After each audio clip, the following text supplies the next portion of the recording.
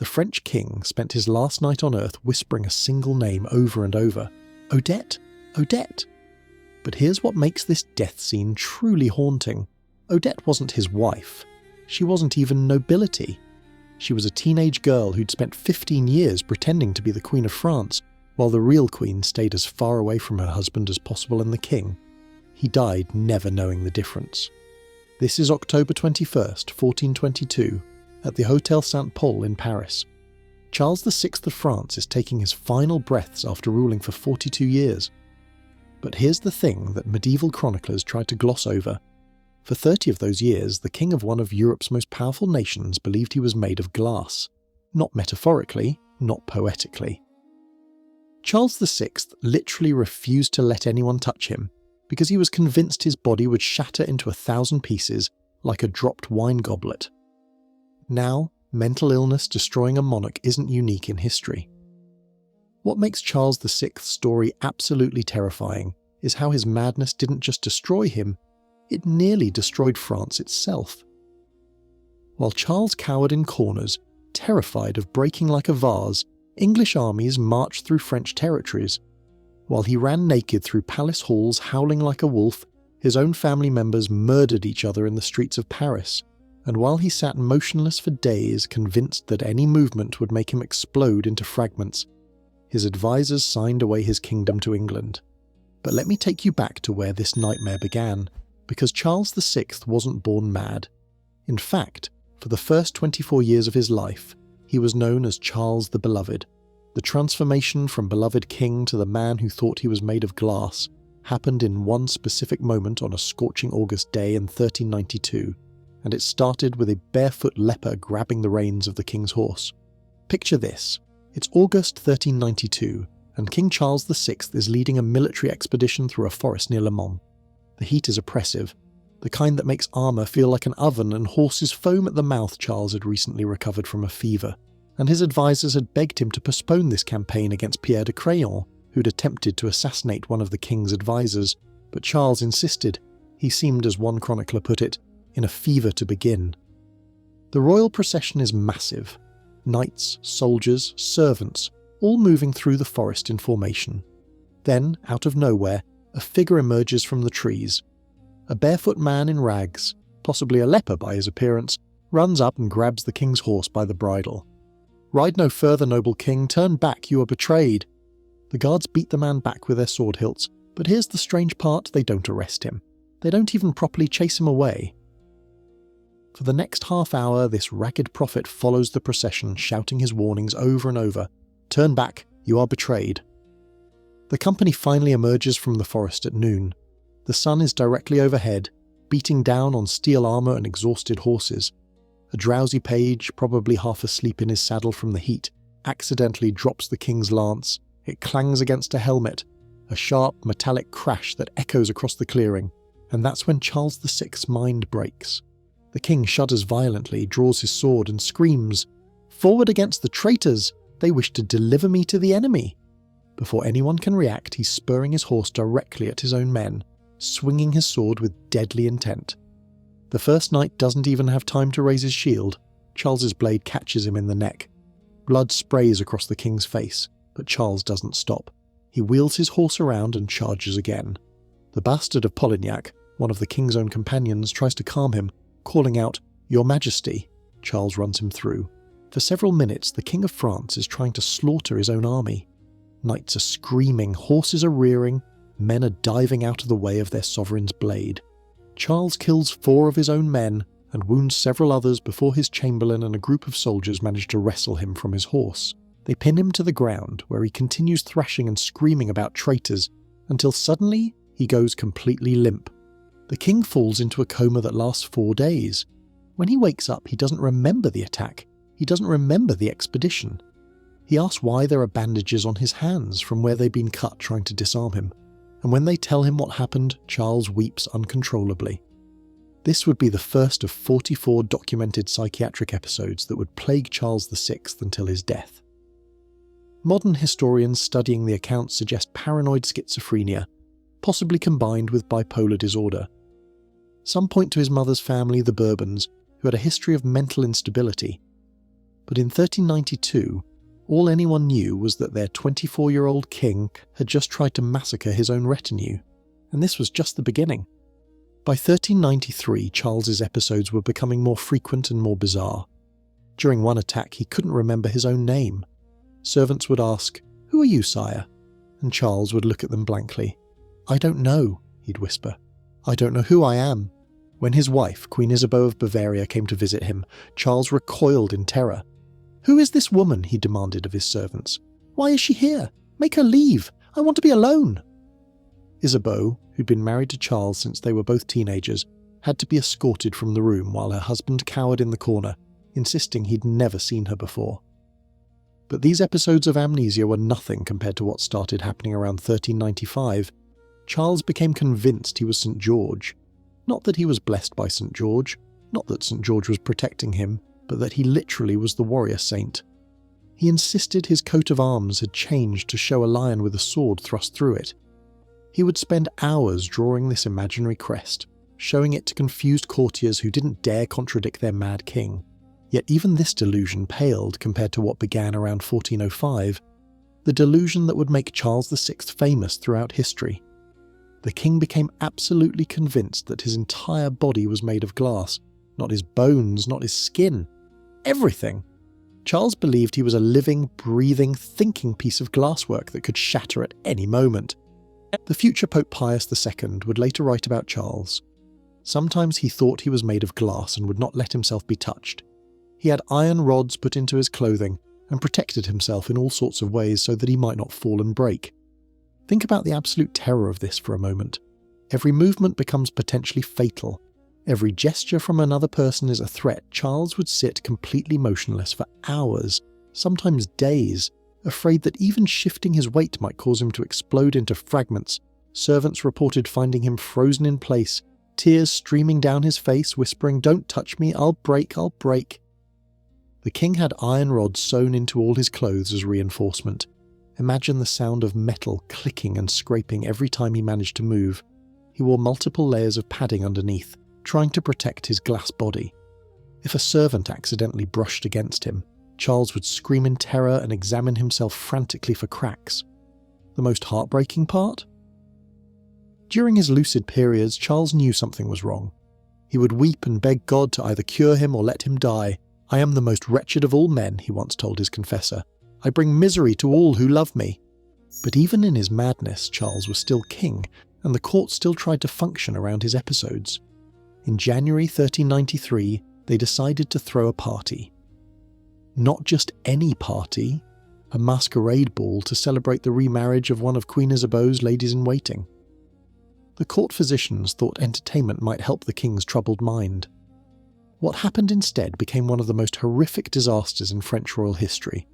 The date was January 28th, 1393.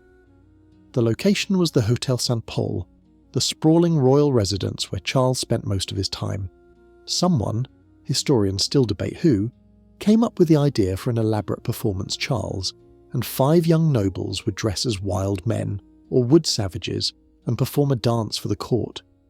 Now, here's where the catastrophic stupidity comes in. To make the costumes look authentic, to really sell the image of wild, hairy savages, they soaked linen cloth in highly flammable resin. Then they covered this resin-soaked fabric with flax to create a shaggy, fur-like appearance. They literally turned themselves into human torches waiting for a spark. The organisers knew this was dangerous. They explicitly ordered that all torches be extinguished during the performance. Servants were stationed at every entrance to make sure no one brought fire into the hall. The dancers were chained together at the waist, partly for the performance, but also to control the king if he had an episode during the dance. The performance begins. 6 figures covered head to toe in shaggy, beast-like costumes enter the Great Hall.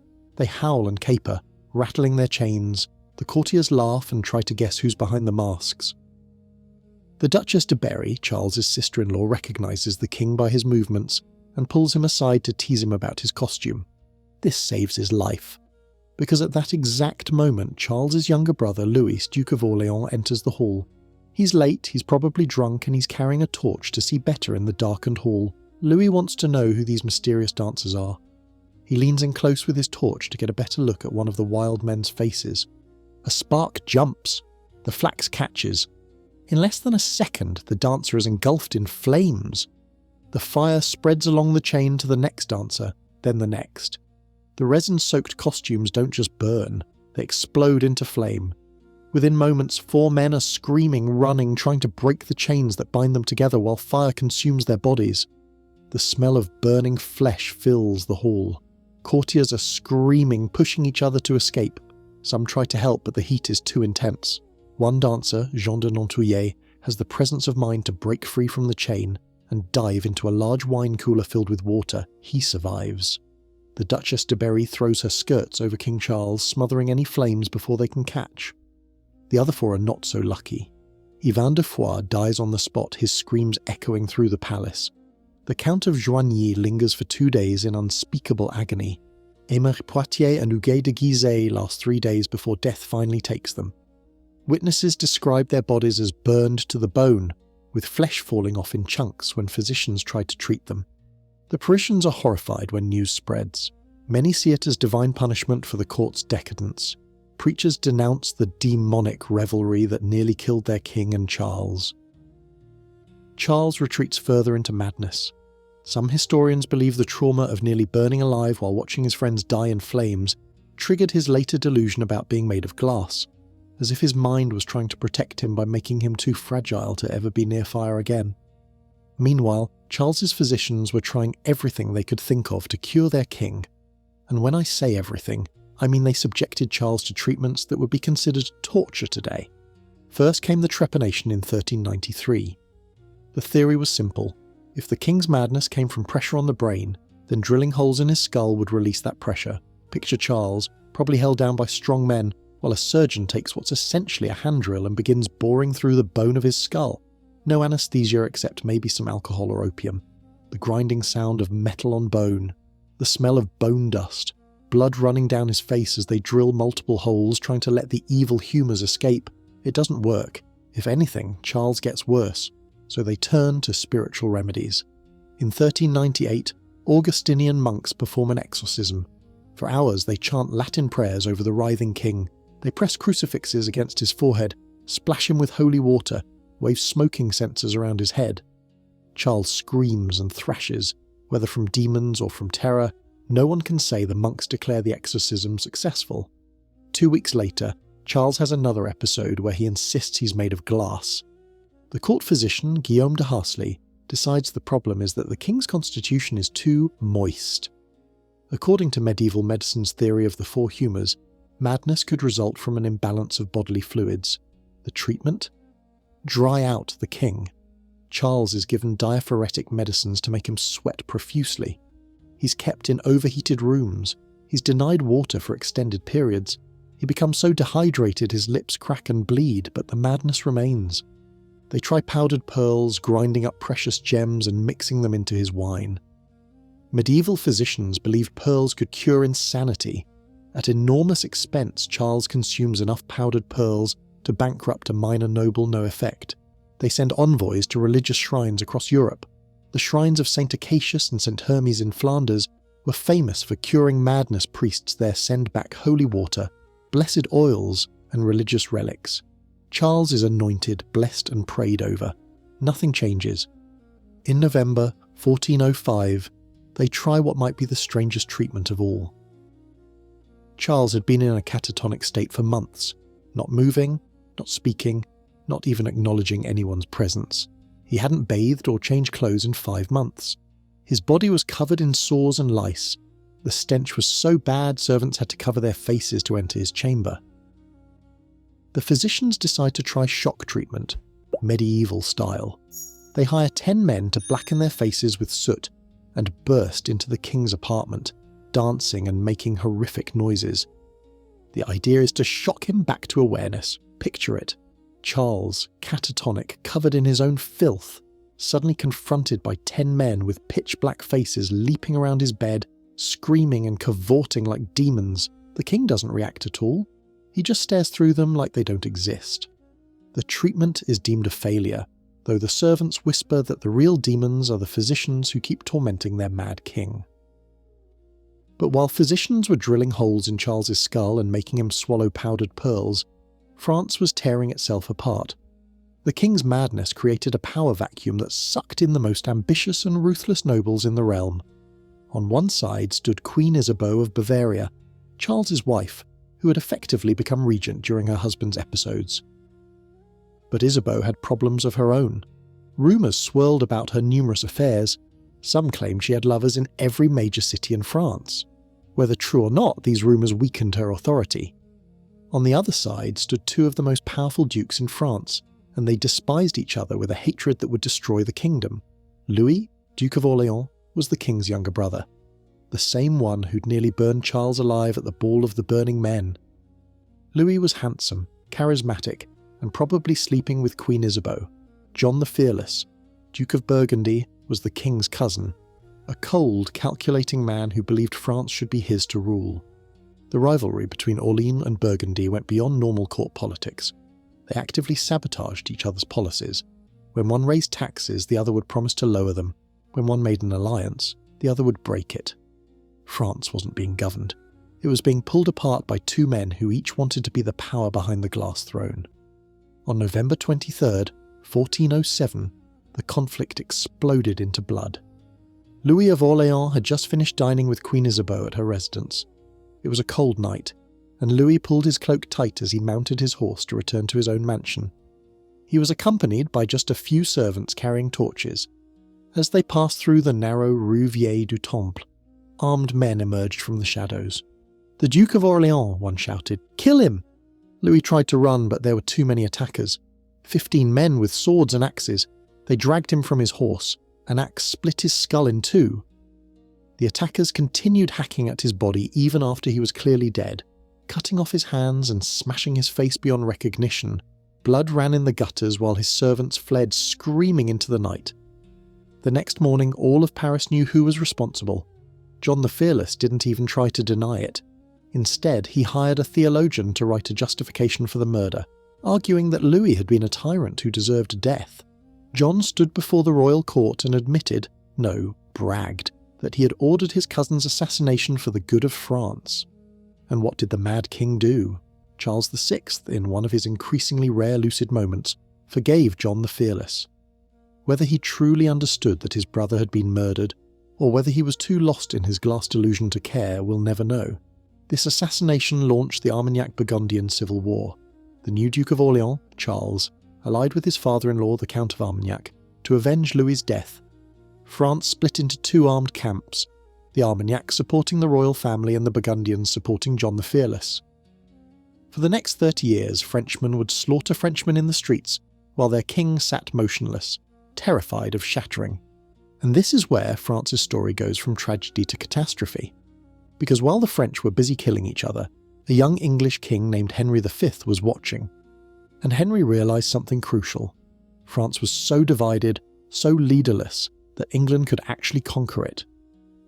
In August 1415, Henry V landed in France with an army. The French, despite their civil war, managed to assemble a massive force to stop him. On October 25th, 1415, the two armies met at a muddy field near the village of Agincourt. The French had every advantage. They outnumbered the English at least 3-1. They had the finest heavy cavalry in Europe. They were fighting on their own soil, but they had no unified command. The Armagnac nobles who led the army spent more time arguing about precedence and honour than planning tactics. King Charles VI, who might have unified the French command, was having one of his episodes. He was in Rouen, completely unaware that the battle determining France's fate was taking place. The English positioned themselves at the narrowest part of the field between two woods. The French cavalry charged through the mud, horses struggling, stumbling, falling. English longbowmen released volley after volley of arrows. The French knights, weighed down by heavy armour, many dismounted when their horses were shot, tried to advance on foot through knee-deep mud. It was a massacre. The cream of French nobility died in that mud. The Constable of France, Charles d'Albret, dead. The Duke of Alençon, dead. The Duke of Bar, dead. The Counts of Vaudémont, Marle, Blamont, Grandpré, Roussy, all dead. In total, between 7,000 and 10,000 Frenchmen were killed, including over 400 members of the nobility. An entire generation of French leadership was wiped out in a single afternoon. The English lost fewer than 500 men. When messengers brought news of Agincourt to Charles VI, the king was lucid enough to understand. Witnesses say he wept for hours, not the tears of madness, but of genuine grief. "My poor kingdom," he kept repeating, "my poor, poor kingdom." After Agincourt, France was broken. The English conquered Normandy. Paris was in chaos, with Armagnac and Burgundian mobs taking turns massacring each other. And through it all, Charles VI drifted in and out of madness, sometimes understanding the catastrophe, sometimes believing he was made of glass. By 1420, the situation was so desperate that even the unthinkable became possible. Under Burgundian influence, John the Fearless had been assassinated in 1419, but his son Philip the Good continued his policies. Charles VI was convinced to sign the Treaty of Troyes. This wasn't just a peace treaty. This was the legal annihilation of France as an independent kingdom. The treaty declared that Henry V of England would marry Charles's daughter, Catherine of Valois. Henry would become regent of France immediately, and would inherit the French throne when Charles died. Charles's own son, the Dauphin Charles, was completely disinherited, declared a bastard and a traitor. Think about this for a moment. A father, even in madness, signing away his son's birthright. A king, giving his kingdom to his nation's greatest enemy. The treaty even implied that the Dauphin wasn't really Charles's son at all, that Queen Isabeau had been unfaithful and the boy was illegitimate. On June 2nd, 1420, at Troyes Cathedral, Henry V married Catherine of Valois. The English king was 33, the French princess was 18. Charles VI attended the wedding, though witnesses disagree on whether he understood what was happening. Some say he seemed happy, chatting with guests. Others claim he stood silent and still, afraid to move lest he shatter. The disinherited Dauphin fled to Bourges, where he set up his own court. Burgundian propaganda called him the so-called Dauphin. English proclamations referred to him as Charles, who calls himself Dauphin. But the boy refused to accept his disinheritance. At just 17 years old, he declared himself the true heir to France. Meanwhile, Henry V ruled northern France as regent. English soldiers patrolled Paris. English administrators collected French taxes.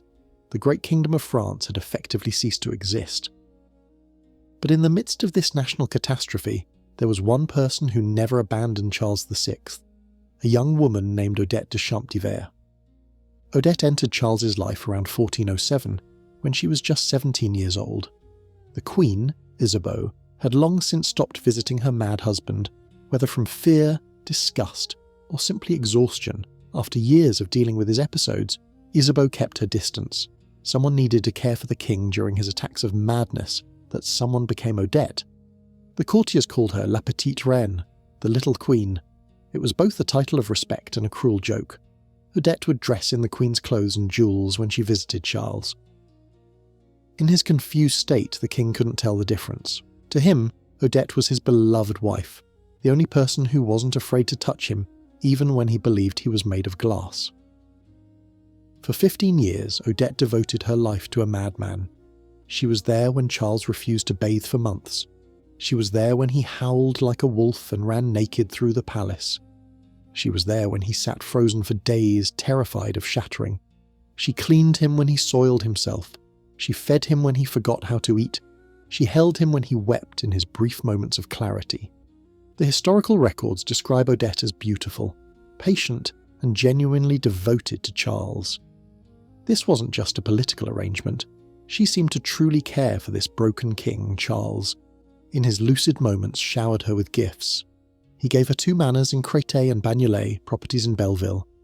More importantly, he gave her something no one else had: his trust. One small detail historians love: Odette is credited with introducing playing cards to France. She brought them specifically to amuse Charles during his episodes. Picture her, sitting beside the mad king, teaching him card games to distract him from his terror of breaking. For hours they would play, Odette gently reminding Charles of the rules when his mind wandered, never showing frustration when he forgot the game entirely and started insisting he was made of glass again. Queen Isabeau knew about Odette, of course. Everyone did.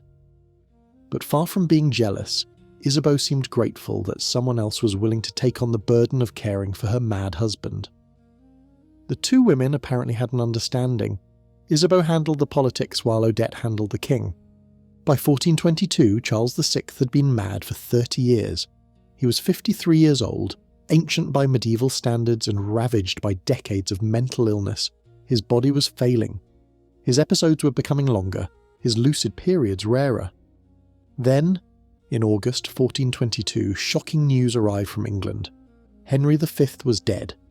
The English king who'd conquered half of France, who'd been named Charles's heir, who was supposed to unite England and France under one crown, dead at 35 from dysentery contracted during a siege he'd left behind a 9-month-old son, Henry VI. Charles VI outlived his conqueror by exactly 49 days. On October 21st, 1422, at the Hôtel Saint-Pol, the same palace where he'd nearly burned to death at the Ball of the Burning Men, where he'd spent years cowering in corners believing he was made of glass, Charles VI died. Odette de Champdivers was the only one at his bedside. Queen Isabeau didn't come. The court barely attended. After 3 decades of madness, Charles's death was almost anticlimactic. The contemporary chronicles give us just one detail about his final moments. His last word was Odette's name, repeated over and over like a prayer or a plea. Odette, Odette, Odette. The timing of these two deaths, Henry V in August, Charles VI in October, created a unique situation. According to the Treaty of Troyes, the infant Henry VI was now King of France and England, but the disinherited Dauphin, who'd spent 2 years building sport in southern France, immediately declared himself Charles VII. France now had 2 kings, a baby in London and a teenager in Bourges. The country would remain divided for decades. It would take a peasant girl claiming to hear voices from God, Joan of Arc, to eventually unite France behind Charles VII and drive out the English. But that's another story. Charles VI was buried on November 11th, 1422, at the Basilica of Saint-Denis, where French kings had been interred for 5 centuries. His funeral was sparsely attended after 30 years of madness, civil war and English occupation. There were few nobles left who remembered Charles as the beloved young king he'd once been. Queen Isabeau would live another 13 years, dying in 1435. She was buried beside the husband she'd abandoned to madness. Odette de Champdivers disappeared from history after Charles's death. Having spent 15 years as the companion of a madman, she took her royal gifts and vanished. No record exists of her death or burial.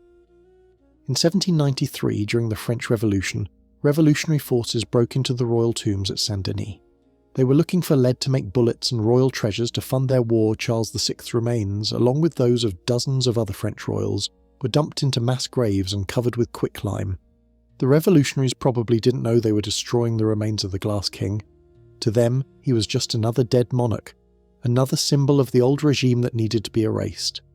The quicklime ate away at the bones, making identification impossible. Today, Charles's remains are mixed with those of 45 other kings and 32 queens in an ossuary beneath the basilica. Modern psychiatrists studying Charles's symptoms generally agree he suffered from schizophrenia, possibly triggered by the fever he had just before his first episode, the glass delusion. While bizarre to us, was actually relatively common among European nobility in the 15th to 17th centuries. Charles just happens to be the first well-documented case. But diagnosis doesn't capture the human tragedy. For 30 years, Charles VI lived in a hell of his own mind's making. He died believing he could shatter at any moment, never understanding why his kingdom had shattered around him. The story of Charles VI isn't just about one man's descent into madness, it's about how mental illness in a position of absolute power can destroy an entire nation.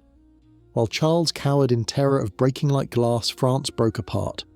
A century of centralised monarchy collapsed into regional civil war, the economy crumbled. The population between war, famine and plague dropped by nearly half. The Treaty of Troyes, signed by a madman who didn't understand what he was doing, nearly erased France from the map.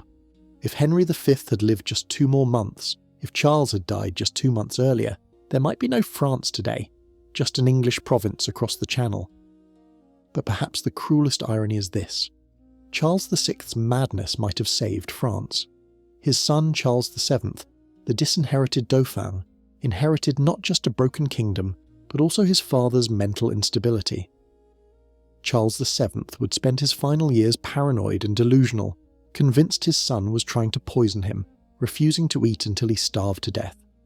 That son was Louis I, who would become one of France's most successful kings, finally ending the 100 Years' War and establishing France as a unified, centralised state.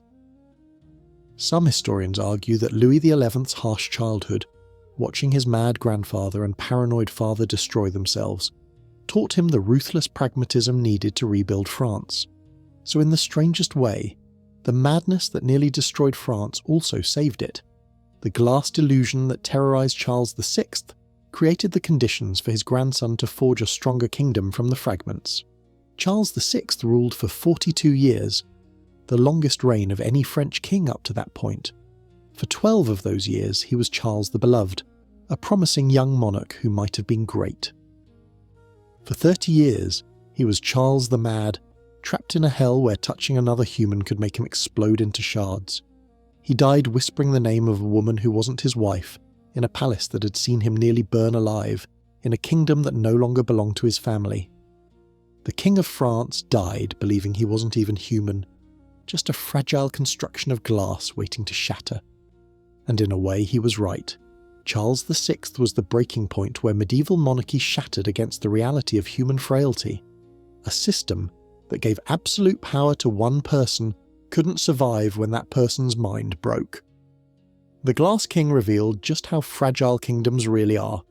The Mad King's death marked the end of medieval France and the beginning of something new, though it would take a peasant girl's visions and decades more bloodshed to finally sweep away the fragments.